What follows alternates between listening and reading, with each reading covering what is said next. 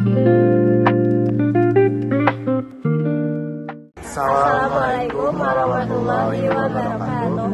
Kami dari kelompok 3 akan menjelaskan tentang tugas proyek Arduino kami. Aku Nur Fasaida, absen 28. Aku Zaidan Nathan Wijaya, absen 33. Aku Nusra Indah, absen 16. Pada video kali ini, kami akan menjelaskan proyek jemuran pakaian otomatis berbasis Arduino sebagai pendeteksi hujan.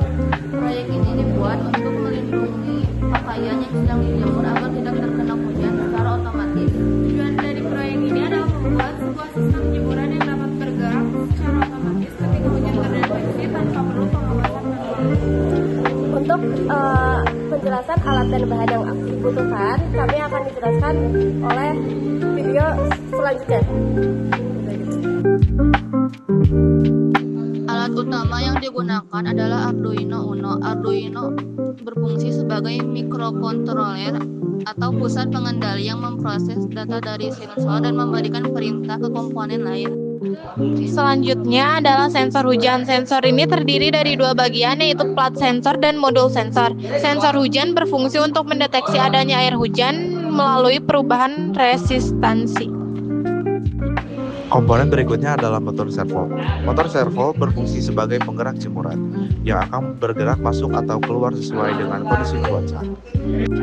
Komponen selanjutnya adalah breadboard. Breadboard berfungsi sebagai papan rangkaian sementara untuk menyusun rangkaian elektronik tanpa perlu nyolder.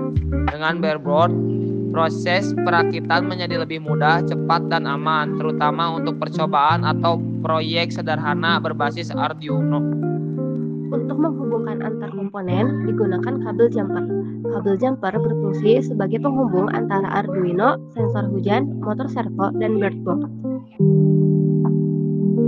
Di sini kita punya sensor hujan sama modulnya. Lalu kita akan nyambungin menggunakan kabel jumper yang ini dari sensor hujan ke modulnya. Oke, selanjutnya kita mau nyambungin modul dari sensor hujan ke Arduino-nya.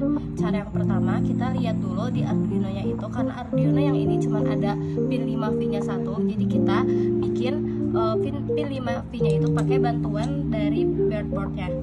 Pertama kita ambil dulu kabel jumpernya, terus kita masukin kabel jumper ke 5V ini, terus ke breadboard yang warna biru ini. Terus udah gitu, di modul sensor hujan itu ada pin VCC yang di ujung sini yang warna hijau, kita sambungin ke 5V lewat breadboard. Terus pin GND yang warna hitam itu kita sambungin ke pin GND yang ada di Arduino. Dan terakhir pin A0 di modul kita sambungin ke pin A0 di Arduino.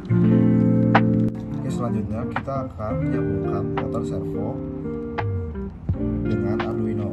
Yang pertama, kabel coklat yang ada di motor servo, nah ini kita sambungkan ke pin GND yang ada di Arduino.